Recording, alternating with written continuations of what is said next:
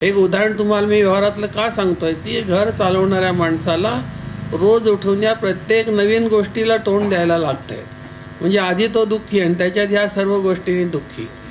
तर हे सर्व टाळताना आपल्याकडे जर सुख मिळवायचा, आनंद मिळवायचा मार्ग सोपा असेल आणि बिन पैशाचा असेल तर आपण का करू नये.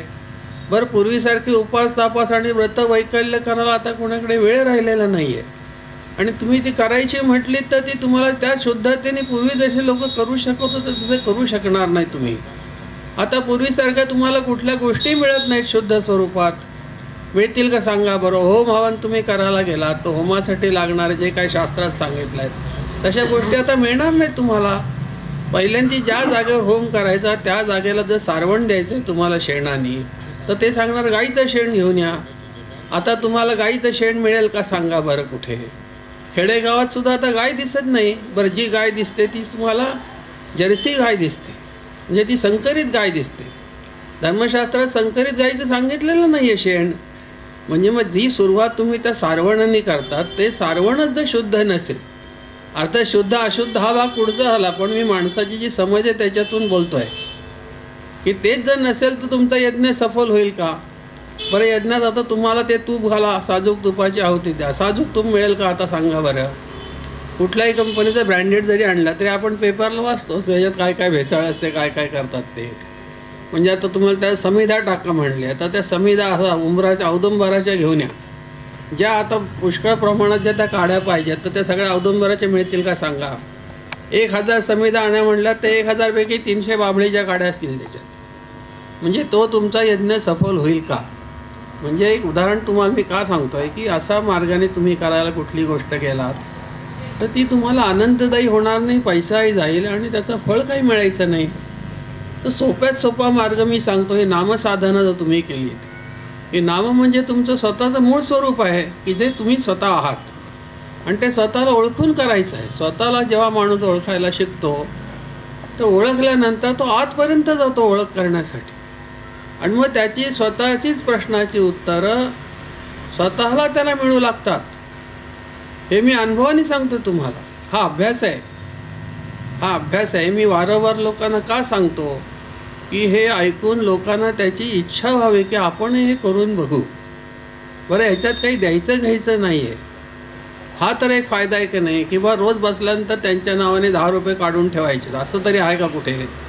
काही करायचं नाही आहे त्याच्यासाठी. तुम्हाला 16 ओळं सकाळ संध्याकाळ दुपार, जेवलेला न जेवलेला, बाहेर गेलेला, घरी, काही बघायची गरज नाही. ज्या अवस्थेत तुम्ही असाल तसं ते करायचं आहे. म्हणजे किती सोपा मार्ग आहे. अतिशय तुम्हाला सर्व तुमच्या व्यवहार सांभाळून करता येण्यासारखा मार्ग आहे. पण नित्याची तुम्ही कामं करत असतानाच तुम्हाला ते करता येतं आहे की त्यासाठी वेगळी बैठक मारायची गरज नाही. एखादा माणूस नोकरीसाठी दिवसातून 3 तास बाहेर घालवत असेल प्रवासात जाण्याचे, नोकरी 8 तास करतो आणि 3 तास प्रवासात घालवतो, 11-12 तास जातात त्याचे. मग त्यांनी करायचं कधी. तर तो नोकरीला जे काय गाडीतून जात असेल, गाडीवरनं जात असेल, रेल्वेतून जात असेल, बसमधनं जात असेल, रोज तर काही कोणाशी गप्पा मारत नाही, बसलेला असतो एका बाजूला. मग त्याने डोळे मिटून ते चालू करायचं आपल्या आत. हे असं सातत्याने करून बघितल्यानंतर आपल्याला कळतं की हा जो मार्ग आहे त्याने अनेक गोष्टींची उत्तर आपल्याला मिळतात. आता योगी लोक असतात ते तुम्हाला मेडिटेशन करा म्हणतात. म्हणजे काय करा की तुम्ही आतच बघायला शिका. डोळे मिटून आत बघायला सांगतात. आतसुद्धा बघून कुणाकडे बघायचं, कुणाकडे बघायचं. काहीतरी एक माणसाच्या मनामध्ये प्रतिमा केलेली असते त्याच्याकडे बघतो. काल्पनिक असते की नाही, काल्पनिकच असते प्रतिमा. जी प्रतिमा तुमच्या शरीरात ठसलेली असते मनामध्ये ती तुम्ही स्वतः पाहिलेली असते का कधी. ईश्वर म्हणून जो म्हणतात त्याला पाहिलेलं आहे का कोणी सांगा बरं. आहे का पाहिलेला. जे ईश्वराचं स्वरूप वर्णन केलेलं असतं. आता काही लोक कसं म्हणतात, काही पंथाचे, की आम्ही चित्र काढले असाच मारुती असतो म्हणतात की नाही, की असाच दत्त असतो, असाच शंकर असतो, अशीच देवी असते. काही फोटो वेगळं असतं.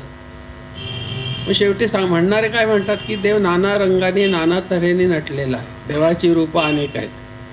काही जण म्हणतात देव निराकार आणि निर्गुण आहे, त्याला आकार नाही आणि उकार पण नाही. मग काही जण म्हणतात की गणपती असाच असतो आणि काही म्हणतात गणपतीला आकार नाही. म्हणजे मनाचा भ्रम आला की नाही माणसाच्या.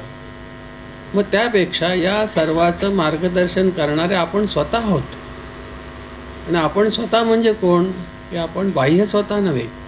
जे वरवर विचार आपण करतो प्रत्येक गोष्टीचा, ते वरचे आपण नव्हे. अंतर्यामी आपण जे आहोत. आणि अंतर्यामी आपण आहोत की नाही, आणि आपल्याशी अंतर्यामी आपले जे कोणी बसलेले आहेत ते बोलतात की नाही, याचा माणसाला अंदाज आहे. रोज येत नाही, कधीतरी येतो.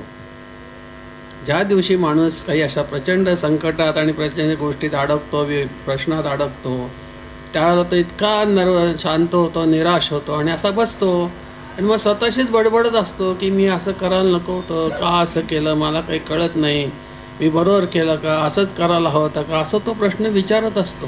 कुणाला विचारत असतो तो? कुणाला विचारत असतो? समोरच्याला विचारत नसतो, स्वतःशीच विचारत असतो. आणि असं विचारता विचारता एक वेळ अशी येते की त्याला त्या प्रश्नाची उत्तरं आतून कोणतरी सांगत असतो, ते आपल्याला कळतं. सांगत असतो की तुला सांगितलं होतं तू करू नको, तरी तू केलंस. कोण सांगतं ते? कोण सांगतं? की आपल्या आत बसलेले आपण स्वतः म्हणजे आपले सद्गुरू.